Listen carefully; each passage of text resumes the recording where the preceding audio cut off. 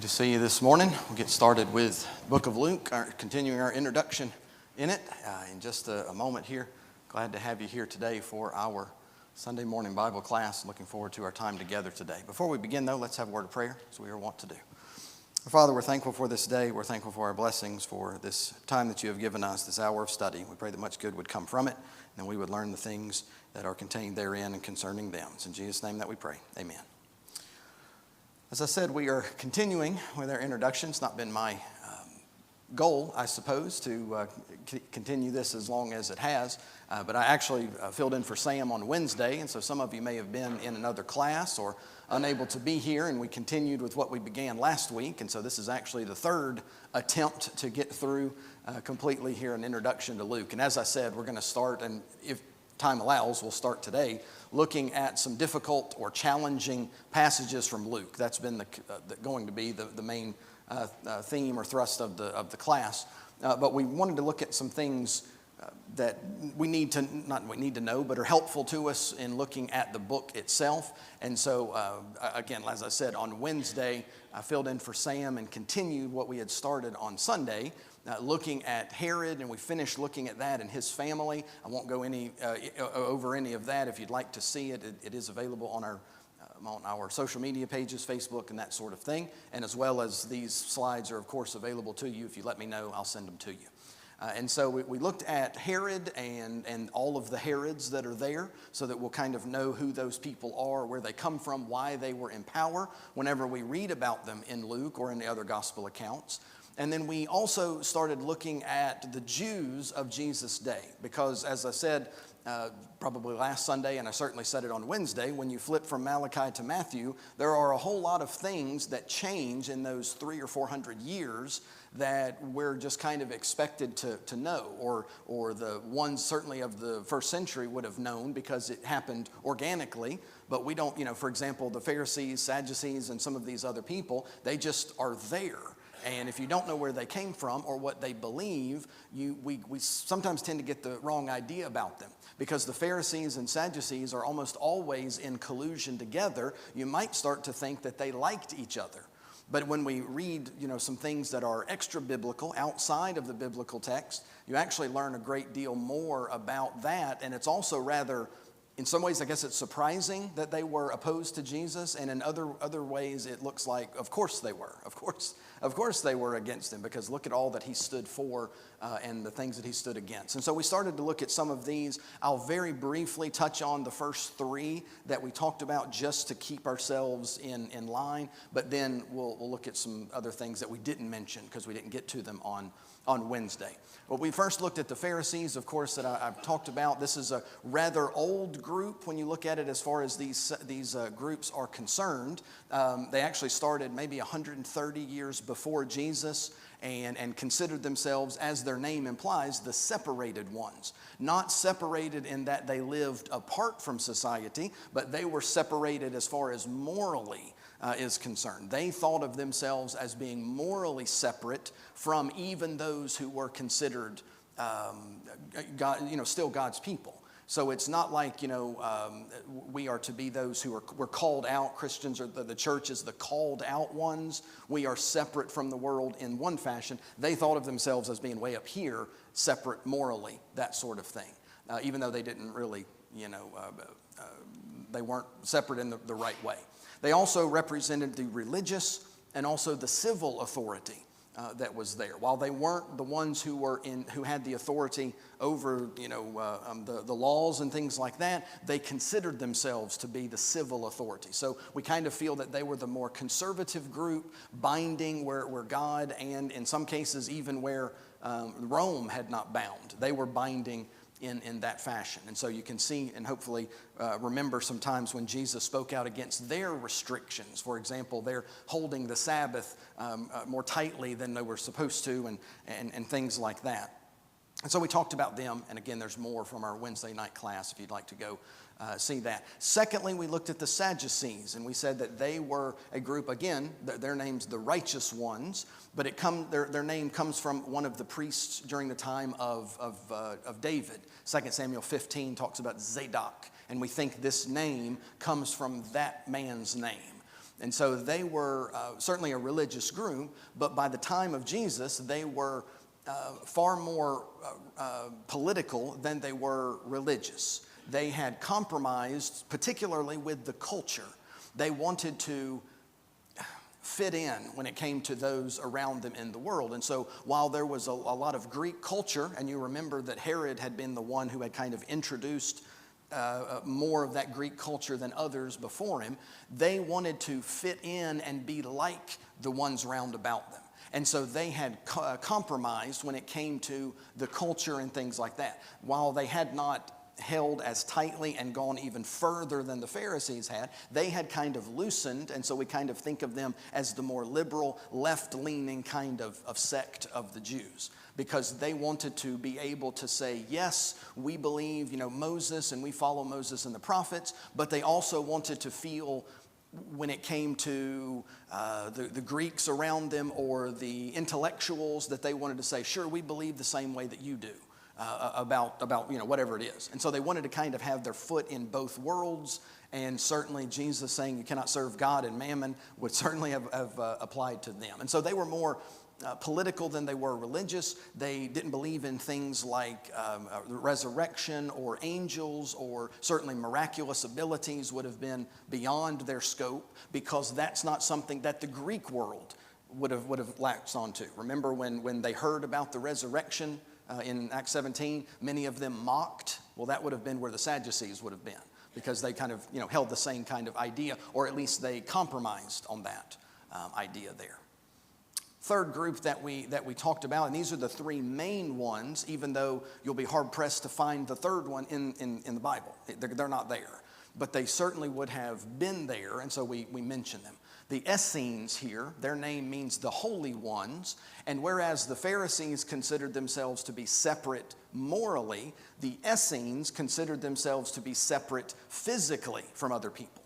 They were an ascetic group, which means they punished their bodies in order to cleanse themselves spiritually. And so they would eat very, very sporadically and certainly very coarse things. They would wear clothing that wasn't comfortable.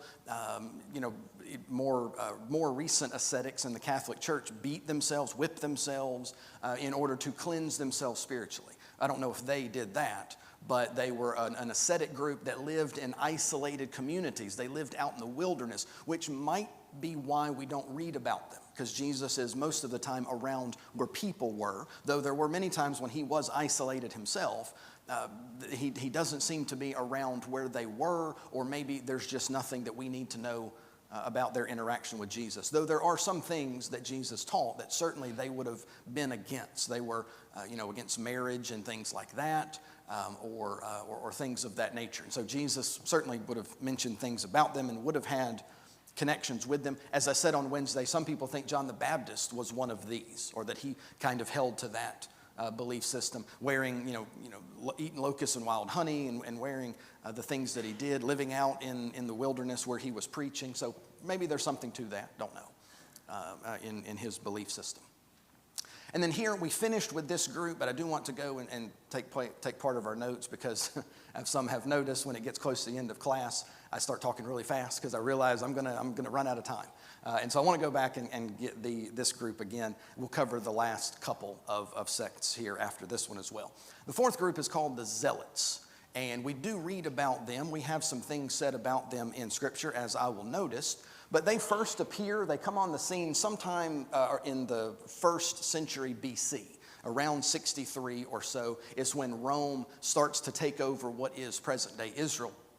And this group, because they were religious and also nationalistic, felt that any foreign government, any foreign empire that tried to take over their land was unjust and immoral. And so they wanted them gone. The word zealot, meaning someone who has a lot of zeal. Their zeal here was directed at Rome, and it was for the religious but also the political realm. Josephus, who was a very famous 1st century historian, claims that they actually began in rebellion sometime in the early part of the 1st century, according to his sources that he had. They probably were Pharisees, the more conservative, who became interested in more political freedom. So you think about those who would consider themselves to be conservative. They are so religious that's basically their identity. But then they start to attach political things with their identity. And if my country, as they would think of it, is taken over by a godless or a polytheistic empire, then that does something to me. And so they wanted that group gone. This is our land, and we don't want Rome or whoever it is ruling in our land. And so they were very zealous to get Rome out because they had attached political freedom to their spiritual freedom. And so they were the zealots here. Some of the characteristics about them, they were those who advocated for the violent overthrow of Rome. If they existed today, we would call them political terrorists. Because there seem to be reports of groups, probably these groups, that would try to assassinate certain rulers or leaders, that would destroy public buildings in order to get Rome to try to, leave, as in other places today where terrorism is a part of life. They refused to pay taxes because paying taxes to Rome meant that I agree with everything that Rome's doing, and their being here and trying to impose their laws on me, I can't do that. And so they refused to pay taxes. And because of that, they all became criminals, those who fully believed in this cause and went with that. So hopefully, you think about when Jesus told them, to pay their taxes. Whose money is on the coin or whose face is on the coin? Well, then give that to him. Jesus wasn't a zealot, and they certainly would have not looked favorably when they heard him say something like that. They regarded loyalty to Caesar, who they saw as, evil and godless as far as they were concerned. Any loyalty to him would be considered a sin. And so their country, their area of rule, that's what they advocated. Nationalism was the same, or maybe just related to their faith. I'm an Israelite, that political entity, but I'm also an Israelite in that I'm one of God's people. So it's both of them together. And I don't know that at this time if you could separate the two. Could you be a Jew and not part of that country? Part of that to them? No, you couldn't. And so the fact that Rome controlled the streets and controlled the political realm was something that to them infiltrated their identity. Their nationalism had become mixed with their faith. And so you couldn't separate the two.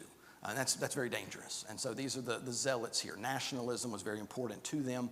Now, the majority of them, as far as we can tell, were Galileans. They would have been in the northern part of present-day Israel, near the Sea of Galilee. Peter, James, and John were from that area, though I wouldn't consider them to be zealots, though there was one who was. And so the interactions with Jesus, sometimes we see them, other times we see perhaps descriptions of them or things that they would have said or done. But for example, one of the 12, Simon, was called Simon Zelotes, or Simon the Zealot. He was one of this group here that was zealous of, for lack of a better word, Israel nationalism. That's certainly wasn't what they would have called it. But the violent advocate or overthrow of Rome is what he had been about. And Jesus calls him to be one of his disciples, which to me, the more you learn about these people, just the interesting things I think would have gone on in this group. Because one of them was a zealot who advocated for the overthrow of Rome, and the other one, Matthew, was a tax collector who worked for Rome. How many times did Jesus send Simon and Matthew out on an assignment together? And what happened between those two? I would love to know that. And so, the fact that he was willing to take one from the far right, the zealots, and he was willing to take one who was working for the very government that group despised is really something to me. And so one of them was a zealot. Matthew 22, I've already mentioned that, where Jesus said, whose face is on the coin here? Whose inscription is this? Well, that's Caesar's. Well, then give to Caesar the things that are Caesar's. The people had come to Jesus on that occasion trying to trap him, Because if Jesus said pay your taxes, that God wants you to do that, then that meant he was for Rome, and that alienates him from all of those here on this side. But if Jesus said, the government is wicked and they do terrible things and they're awful, so you shouldn't fund them by paying your taxes, well, then Jesus becomes a criminal of those on the left and also the government itself, and they get rid of him. And so they thought they had him. And Jesus just simply said, well, whose money are you using? Well, you're using their money. Well, then give it back to them. It's not yours anyway. And so certainly was very easily able to escape that dilemma that they thought they had him in. But the zealots would have been the ones who would have really been upset to hear him say this. And so certainly he was not on that side. They also resented his stance on the kingdom, though they're not mentioned there. When Jesus was asked by Pilate about, are you a king? What did Jesus say about his kingdom? It's not of this world. That the zealots would have just been floored that someone that people were calling the Messiah was saying his kingdom was not of this world. They would have said, absolutely it is. Look around. This is the kingdom. The world, the ground on which you stand. This is supposed to be the kingdom. And they would have resented that. They would have hated that someone considered the Messiah was not willing to overthrow Rome. That's what the Messiah was meant to do.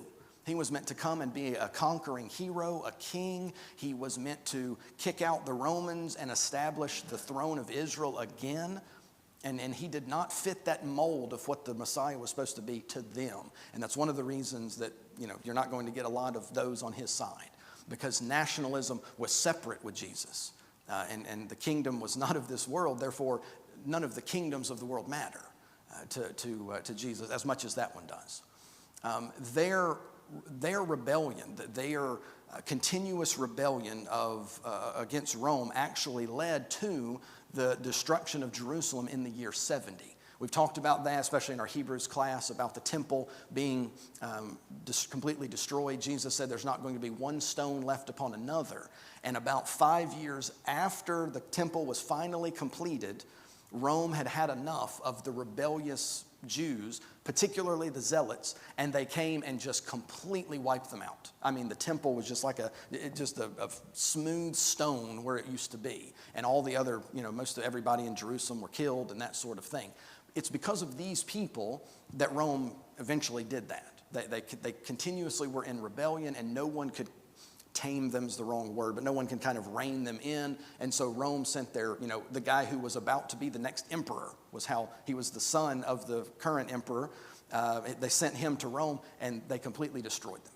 And it's because of this. And I showed this picture Wednesday, and I very quickly went through it. But this is called Masada.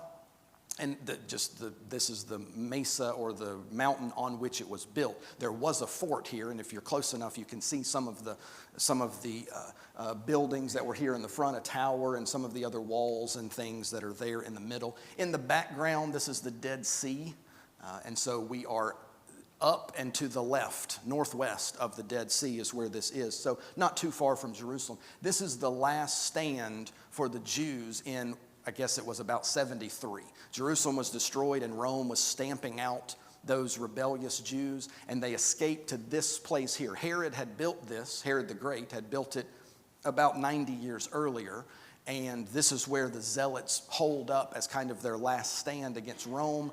The soldiers eventually got in as they had besieged the fort. And once they got in, as I said on Wednesday, they discovered that all of the people inside that were left had committed suicide as kind of a last, ditch effort to try to escape Rome, because they knew what was going to happen to them when the Romans eventually took them. They'd all be crucified more than likely. And so this just kind of a part or the point of the end of the zealots and their sect and the rebellious nature of Israel. They weren't very rebellious after this, just to kind of a spoiler on that one. And so those were the zealots. They certainly had a lot of interaction with Jesus, but more of their interactions came during the book of Acts, either being zealous for the world itself, because our kingdom is not of this world. They didn't like that. Certainly would have been a driving force behind the persecution.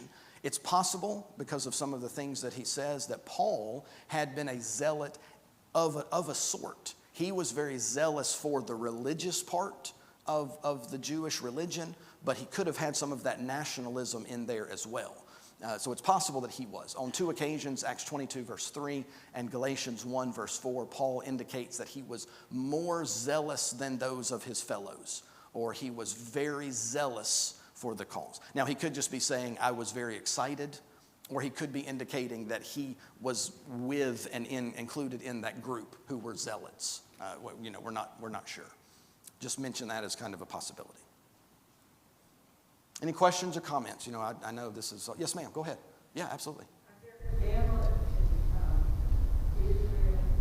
Are there what in Israel now? Are there zealots in Israel now? Yes, there are certainly zealots. They would be a different kind, though. That 73, that fort that was destroyed, that was the end of that sect. And so anybody today that advocates for, nationalism over religious things I would consider them to be a zealot of that kind. But they were very closely linked there. So today, yes, but it would be more zealous towards the current country or nation of Israel, which is different than the Israel of the first century. Yeah, very good question. Making the trouble, sure, in a way, but because Israel today is a national entity and has their own government, it's going to be a different kind of zealous thing. And I understand what you're saying, and the answer is no, they're not, but yes in another way. Yeah, let's be confusing on my part. And anybody else? Yes, ma'am. Absolutely. Yeah. Yeah. Yeah. Yeah, I would agree. They wouldn't be capital Z zealots, but I would say that lowercase. Yeah, there's zealots today all around us. Anytime we attach nationalism as my identity over everything else, that's certainly getting in that direction. But you're right. I think there are others who would claim, this, depending on who's in office or what policy is put in place, well, then I'm not going to pay my taxes because I don't want to fund this or that. That's certainly not what Jesus advocated. We never agree with everything our government does. There shouldn't be a time that we, act in that direction, because that mars the image of Christ. That's not what he would have done, and certainly not what he wants his followers to do. But absolutely, thank you for both of you for bringing it kind of in the modern day. Let's look at a fifth group. These are very similar to the Zealots, but with a very specific difference. The Herodians. Now, if you look at the name here, the Herodians, and you are thinking about what we talked about last Sunday, it's very easy to see who they held as the most important. That is, of course, Herod. The Herodians here whereas the Zealots were politically and religiously minded, they thought that the country in which they lived was directly attached to their religion.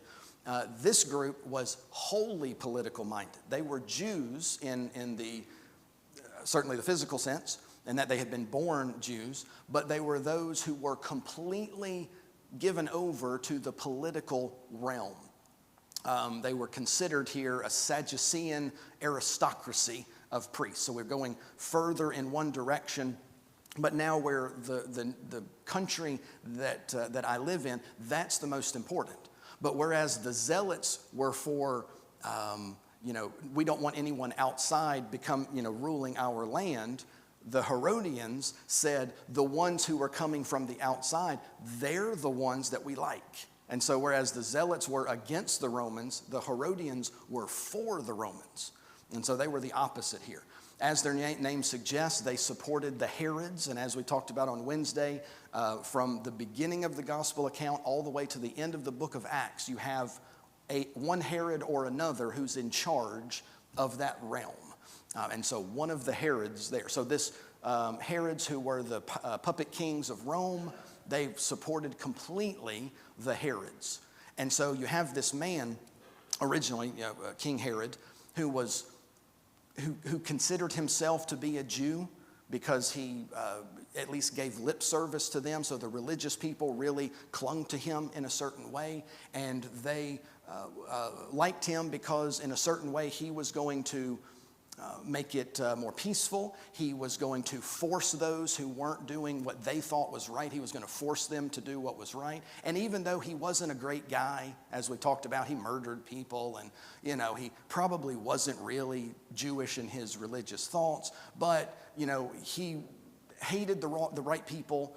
He kicked out the people we didn't like, and so he did what they thought should be done, even though they wouldn't have done that themselves. And so they clung to this man called Herod and his family. And so by implication, because they supported Herod, they supported Rome. And so they were similar to the Zealots, but in other ways they were the exact opposite. Some of them actually considered Herod to be the Messiah.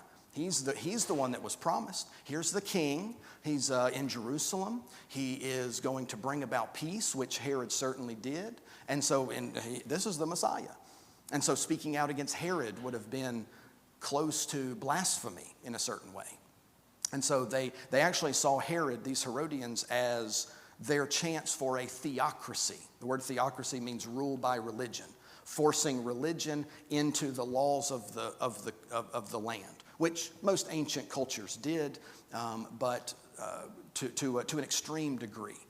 Our religion is going to be, you're going to be forced to do it, and it's going to influence all of the laws. And so they saw that as their chance. So here's our chance. He's in control. We support him because it's probably the best we're able to do, is for lack of a better description there. So the Herodians. Any comments or questions? Certainly, of course. We see them in the script. Yes, sir, go ahead.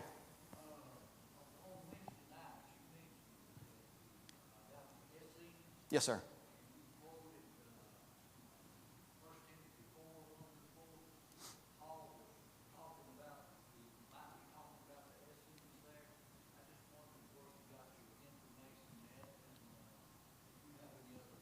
I say thank you. Yes, it wasn't on the screen because I deleted it here today, but Brother Franklin asked about the Essenes, the ascetic group that didn't marry. They didn't believe in marriage and that sort of thing. Wednesday, I said that in 1 Timothy 4, where Paul is talking about after his time, there will be, people coming in doing these sorts of things, will refrain from certain meats. They will refuse to be given in marriage. Some people look at that and say, well, that was Paul prophesying about the coming Catholic Church, which they would do hundreds of years later. And I said that's either the Essenes he's talking about, or he's talking about the Gnostics, who was a religious sect of the time that taught something very similar. My sources from that is commentaries, but it's more likely that since Paul was writing to people who were still alive when that happened, he was warning them about things that were about to happen. While it does some good for us to see that Paul might have been prophesying about something that happened 3 centuries later, it does little good for the people at the time to say, well, Paul's talking about something that's going to happen long after I'm dead. Why does that matter to me? So more than likely, Paul was warning them about something that was about to happen that they themselves would be able to see. And so either because refusing to marry and not eat certain meats and things like that were common in certain groups then, it's likely that Paul was just talking about something that already existed that would be shortly after his death in 65 or whenever it was. So if someone says that Paul was prophesying about the Catholic Church, I'm going to say okay, and we're going to continue to go on, and it's not going to matter because it's possible. He may have been doing that. But it's also possible that he was talking about groups that were already in existence, already teaching those things that were going to become more popular, that the people, Timothy, for example, needed to know about. And so, that's my thing. Yep. Mm-hmm.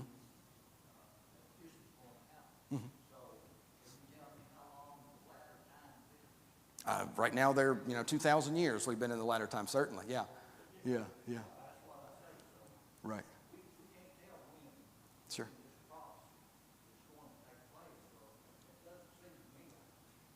Oh no, yeah. That's why I said it's likely or possible, or if anybody wants to say one or the other, I'm okay with it. Yeah. Gotcha. Okay. Anybody? Yes, sir.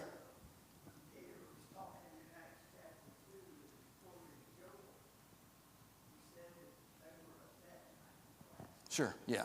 Yeah, that's certainly, yeah. We're in the last days now, and they were then. And so my only discrepancy with, that's the wrong word, my only point of description for myself for what Paul is doing is what good would it do for Timothy to tell him something that was going to take place long after he was dead. Jesus prophesied in Matthew 24 about the destruction of the temple, but he also prophesied about the end of the world. That wouldn't have mattered to the people then, but the temple did, and that's what he was talking about, the last stone being left upon another. Certainly there are prophecies that go centuries into the future, Isaiah 7, for example. But for Timothy's purpose, I think he was warning him, be careful because there's coming something that you're going to need to take care of. And it may have been those Essenes, may have been the Gnostics, may have been the Catholics in centuries later. Who knows? But either of those would be fine with me. Just thought I'd mention it as we read through there. That certainly we can't be dogmatic about anything like that. But thank you, appreciate it. Let's see, anything else there? We're a minute there. Oh, their interaction with Jesus. We're here on this new one. They are mentioned several times. You see actually the Pharisees and the Herodians together, which is interesting. The Pharisees would have been more religious, but yet they found common ground with the Herodians who believed very strongly in the political realm that was there. So they were with Jesus there on that occasion.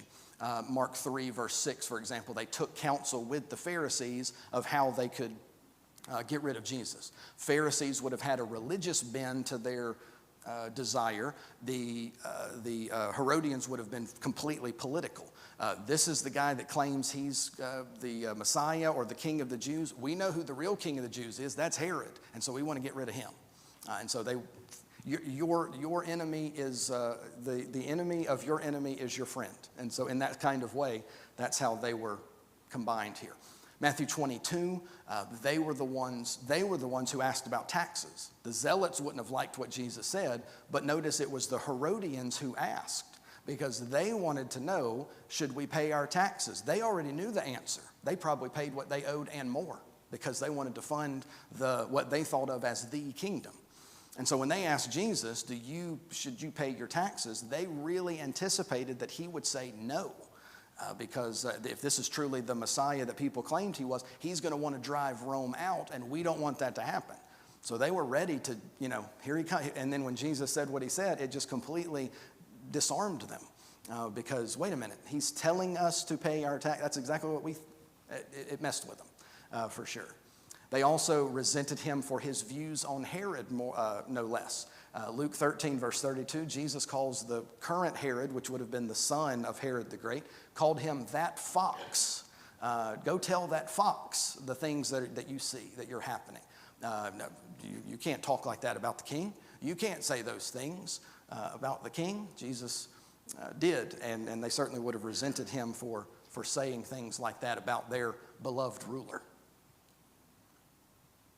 One final one here that we'll mention. These are the 5 sects of the group, the different sections of Jews at the time. This next one is not a sect, but rather an occupation. But I put it here because of the description and the interactions that they have with Jesus, and that's the scribes. The scribes and the Pharisees, of course, were very often linked because of their religious connection that they had. Again, it's not so much of a sect as it is a profession. You could become a scribe. It took years of work and training to become a scribe. They're not always called the scribes in the New Testament. Sometimes they're called rabbi, teacher, or lawyer. We think of lawyer as someone who goes to court and goes to trial, that sort of thing. But a lawyer, the first 3 letters means law. They knew the law, and so they were a person of the law. This profession seems to have begun around the time of Ezra. Ezra 7, verse 12, calls Ezra a scribe of the law.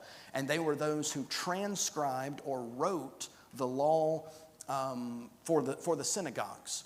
Understand that the synagogue is think of it as kind of like a local, it's not really a congregation, but in the various cities where there was a certain number of Jews, you were allowed to build a synagogue where you could go and read the scriptures, have certain things that they did there.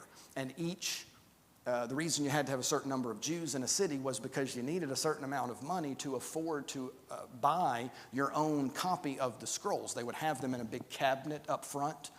The priest at the synagogue would come and open the cabinet. He would take the scrolls out and he would wave them in front of the people. And so you needed to have the copy there. But without the printing press or other ways of getting a scroll, you needed to have somebody able to write it and write it correctly. And so it wasn't just sitting down and looking at some other copy and writing it out very quickly. It took a long time because they wanted to get it exactly right. And there's a lot of things that go into doing that. They had a pen knife that they would cut lines across the animal skin that they were writing on, and then up and down to make little boxes. And each box got a single letter that they would write in. And so that they would make sure they did every single letter correctly. Every line was numbered that you had. I have 12 letters across this line. And if I count and I have 13 letters, I've made a mistake. If I have 11, I've messed up. And if they would mess up at all, they had to destroy or get rid of what they were working on. So they were very meticulous. They were very professional about what they did. And if you wrote the law that many times in that meticulous a fashion, you're going to become familiar with it. In school, we were required to memorize a number of scriptures. That every day before class, we had to quote a memory verse that we had a list of. There were other occasions where the book of James, for example, and the exam for the book of James was take out a piece of notebook paper and write James chapter 1 from memory. We had to memorize the whole, and then chapter 2, 3, 4, and 5. You had to memorize the whole book. Anybody can do that. It just takes writing the book of James as many times as it takes for you to remember. I promise you, if you wrote James chapter 1 100 times, you'd remember most of it. And so if you write it that many times, you'll be familiar with it. By the way, I've forgotten most of the book of James, so don't come ask me. I've forgotten it. But at the time, I got 100 on that exam, I am proud to say. But anyway, they were paid to transcribe the law, and they were certainly those who, as we see here on our screen, were highly educated. The scribes, they knew what they were talking about. And so anytime a scribe is mentioned as coming to Jesus, understand that he has a very good idea of what the law says, may not always have the meaning behind it. Jesus corrects that sometimes. But because they were highly educated, they also considered to have some authority, even though they didn't. Remember, on one occasion, they said that Jesus spoke with authority. He has authority, not as one of the scribes who just simply knew what it said. But Jesus knew what it said because he was there when it was originally given. But they compared him to the scribes there. He's not like one of the scribes. Most of the time they identified with the Pharisees. If they were going to pick one of the 5 to closely align with, they probably would have picked them. And understand that you could be both a Pharisee and a scribe. You didn't have to pick, but because this was a profession. They were also experts in the traditions of the elders that the Pharisees held very closely to, because they not only copied out the law, they also would copy out the traditions and things like that had been written after the time and since the end of Malachi. So they were certainly well versed in all of those things. They would cite the law, and then they would also cite the interpretations for it. So they were certainly, if you could pick out people who were walking Old Testaments, these would be the guys, because they spent their time writing the scriptures and they knew what they said. Not always what they meant, or not always were able to put it into practice, but they certainly knew what they said. Most of the time, as we see, they are seen in conjunction with the Pharisees. Again, you see the scribes and Pharisees, or the Pharisees came with the scribes, because that was who they were most closely aligned with. Sometimes, however, either the profession is mentioned by itself, the scribes, or you see one person who is mentioned as a scribe, or usually they're called a lawyer. Jesus told the parable of the Good Samaritan because a lawyer asked him, what good thing do I need to do? What good thing do I need to do? I may inherit eternal life. What do I need to do? And Jesus said, what's the law say? It's interesting, he asked him, what does the law say? Well, obviously he knew. He had written it a bunch, I bet. And so he said, well, you got to do this and that, and you got to do that. And Jesus said, that's good, absolutely, do all that. And he said, but the greatest command in all of the law you're at, what's the greatest command of all the law? He said, well, you've got to love your God with all your heart, soul, strength, and mind, and your neighbor as yourself. And that lawyer said, who's my neighbor? How many times had he written out the word neighbor without fully knowing what that word meant? And so he knew what the text said. He didn't know necessarily the meaning or the interpretation behind it that was true. And so he said, well, who's my neighbor? And then Jesus tells this story of the Good Samaritan there. So a lawyer was the one who asked the question that caused him to tell that. So that's one of the scribes that were there. Last 5 minutes that we have, might end a little early here. I want to go through each of these and just give you one thing that when we get to the end of the gospel accounts, we have this horde of people who are screaming, crucify him, crucify him. And there may have been, certainly can't be sure, there may have been people from each of these groups represented there in that group. Each of them, if they weren't there, would have had something that they could have said, Jesus is guilty of violating my belief in this. And so I want to give you one or two things from each of these as being why they would have been against Jesus and certainly for his persecution and execution. For the Pharisees, Jesus challenged their religious authority. He's not like the Pharisees because he challenged whether or not they actually had authority. He told the people, do what the Pharisees say, but don't follow their example. Don't do what they do. They don't have the authority to bind where God is not bound. And so he challenged their authority. That's the reason they wanted him gone, because the people were going to Jesus instead of coming to them. And when he calls them empty tombs and generation of vipers, they didn't like that as well. So for the Pharisees, he challenged their religious authority. For the Sadducees, because they were more of the in the political realm, Jesus challenged their political authority. The priest at the time, the high priest at the time, was a Sadducee, and he had political authority. And Jesus, my kingdom is not of this world, and these sorts of things would have certainly been against the Sadducees, and also his miracles that he did, things they wouldn't have liked or thought possible as well. When it comes to the Essenes, again, we don't have any direct interaction with them. However, at the very least, Jesus challenged their lifestyle. Because Jesus prayed in the garden, I pray that you would not take my people out of the world, but that you would protect them from the evil that is in the world. Jesus does not want his followers to go live on a hillside somewhere apart from people. He wants them to be salt and light in the world. And that's why he said, go into all the world and preach the gospel. Don't go hide. Once you have the gospel, go and hide somewhere. No, he wants them to be in the world. So he challenged their lifestyle of being separate and separated from society. When it comes to the zealots, of course, Jesus there challenged their idea of who the Messiah was, what his plan was, and what his purpose was supposed to be. Because everybody had an idea of who the Messiah was and what he was supposed to do. And the fact that Jesus said, my kingdom is not of this world, that completely separated him from the zealots. And so they probably were some of the ones who were saying, crucify him, get this guy out of here, because he's not the real Messiah, according to their belief. The Herodians, of course, because Jesus spoke out against the king, and because he himself was considered the king of the Jews. That would have been a bridge too far for them. And so he challenged their loyalty to the government, and certainly they were against him in that. And finally, when it comes to the scribes here, as the scribes, Jesus also challenged their interpretation of the law, their perceived authority. Just because I'm able to quote certain things or write it from memory, or just because I've written it a bunch, does not mean I have any authority in it. Preachers especially need to be sure that we understand this. Just because I'm able to say it or I stand in front of people, I have no authority.